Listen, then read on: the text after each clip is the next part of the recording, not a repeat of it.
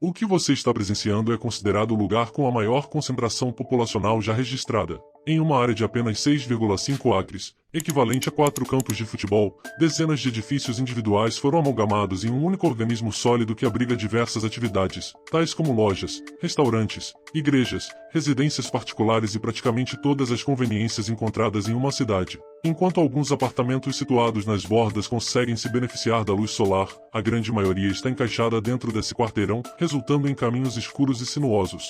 Trata-se de um labirinto urbano gigantesco que atraiu pessoas de todas as origens com motivos variados para se refugiar neste lugar. Esse é o cenário da cidade morada de Kowloon.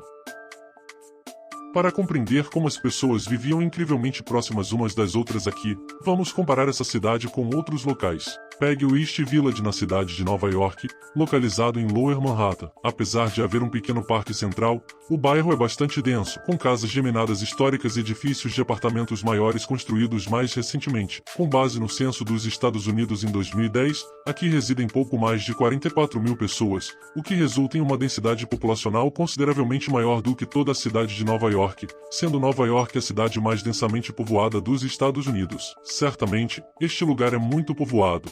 Porém, vamos compará-lo com a cidade morada de Kowloon. Em 1987, uma pesquisa estimou que cerca de 33 mil pessoas viviam lá. A densidade é verdadeiramente impressionante, e na realidade, o número pode ter sido ainda maior, chegando a algumas estimativas que apontam para 50 mil pessoas.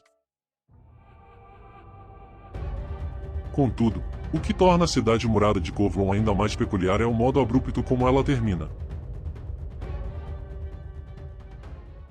Enquanto todos os edifícios estão amontoados nesse apertado bloco, atrás das pontiagudas muralhas da cidade, existem edifícios relativamente espaçados, e até mesmo um parque com campos esportivos.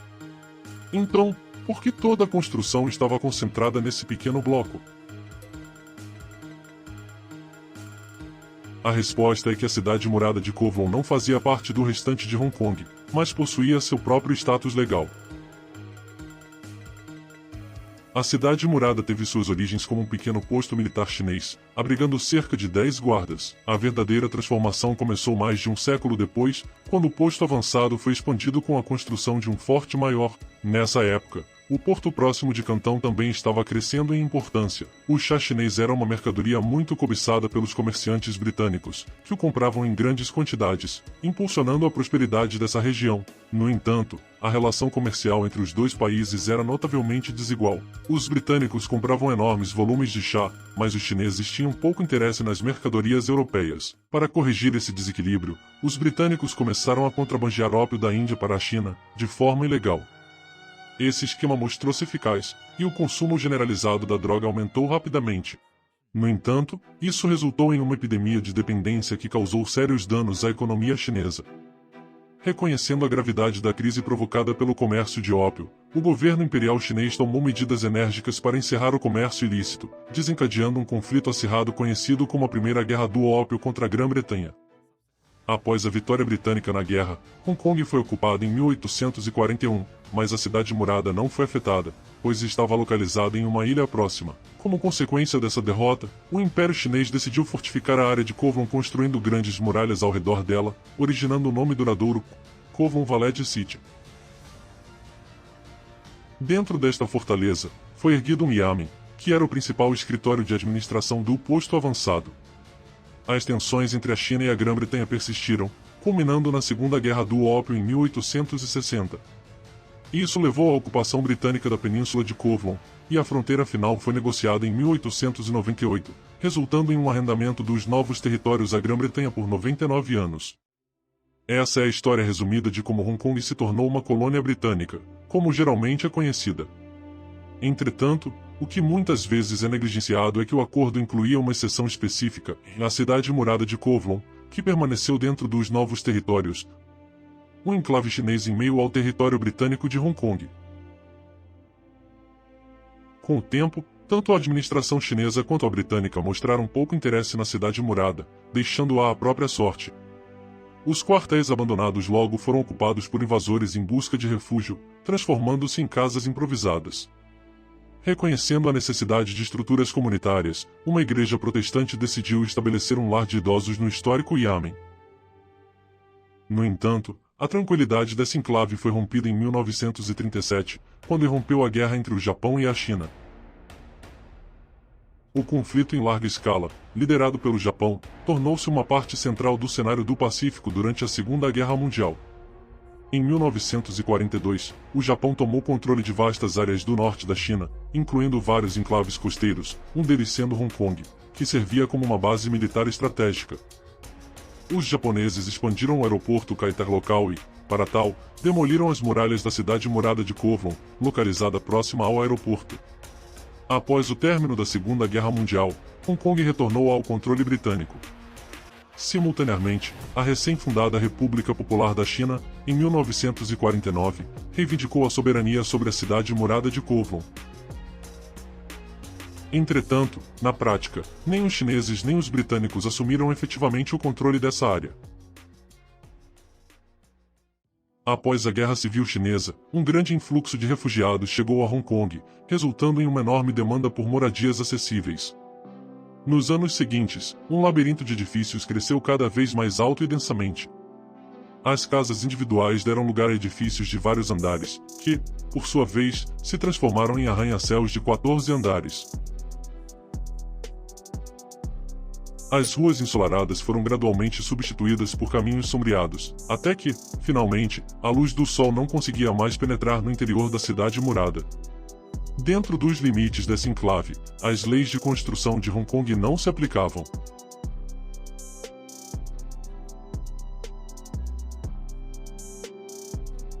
Todas as construções na cidade prosseguiram sem obedecer a qualquer código de construção, com uma única exceção. Devido à proximidade da cidade murada com o aeroporto Kai-Tak, um rigoroso limite de altura de 14 andares foi imposto. Kowloon Valley City ficava ao longo da rota de aproximação para o aeroporto. Os pousos em Kai-Tak eram únicos, com os pilotos navegando pelo terreno montanhoso de Hong Kong, voando notavelmente próximo à cidade murada durante a aproximação final. Os apartamentos com os preços mais elevados eram os que possuíam vista para o exterior, seguidos pelos que ficavam próximos ao pátio interno. Essas unidades proporcionavam o valioso benefício da luz solar e do ar fresco. Algumas pessoas até conseguiam acrescentar varandas com gaiolas em seus apartamentos, expandindo de forma habilidosa o espaço para a convivência. No entanto, a maioria das unidades estava localizada em condições extremamente insalubres. Um típico edifício na cidade não possuía janelas, tornando os moradores completamente dependentes de luz elétrica para iluminação. Além disso, não havia um sistema de gestão de resíduos adequado no local, resultando em uma qualidade do ar catastrófica. O lixo era frequentemente descartado nos telhados ou jogado em poços entre os prédios. Diversas fábricas em funcionamento dentro da cidade contribuíam para o constante ar abafado e poluído. Quanto à água potável, apenas 6 estações oficiais de abastecimento serviam toda a cidade, o que significava que os moradores frequentemente precisavam carregar água por longas distâncias para o seu uso diário. No que diz respeito à eletricidade, poucos realmente pagavam pelo serviço formal. Em vez disso, a maioria dos moradores optava por conectar ilegalmente cabos externos, que eram passados através das intrincadas e estreitas passagens da cidade. Essas condições de vida difíceis atraíam não apenas pessoas em busca de moradias baratas, mas também empreendedores que viam oportunidades comerciais únicas dentro dos precários limites da cidade murada. A cidade murada tornou-se um centro popular para dentistas. Muitos deles haviam obtido suas qualificações na China continental, mas suas licenças não eram reconhecidas em Hong Kong, que estava sob o governo britânico, o que os impedia de praticar legalmente em outras áreas da cidade. A falta de supervisão regulatória também permitia que várias oficinas prosperassem na cidade, como as especializadas em fabricação de metais. Além disso, as cozinhas vendiam alimentos populares que eram proibidos no resto de Hong Kong, como carne de cachorro. A produção de alimentos era uma atividade comum na cidade, apesar das condições totalmente insalubres em que ocorria. Dizem que muitas das iguarias processadas aqui durante o dia acabavam sendo servidas em restaurantes caros de Hong Kong à noite. Embora esses negócios dentro da cidade murada contornassem a legalidade, outros se envolviam diretamente em atividades criminosas mais sérias. a ausência das leis de Hong Kong não significava que o lugar fosse sem ordem. Existiam estruturas de poder, com as notórias gangues criminosas da Tríade controlando a cidade.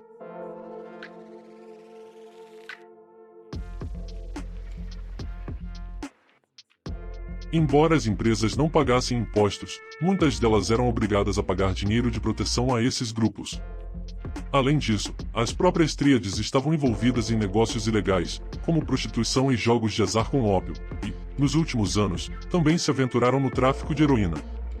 As autoridades de Hong Kong enfrentavam uma situação difícil, pois não queriam que o crescente problema do vício saísse do controle.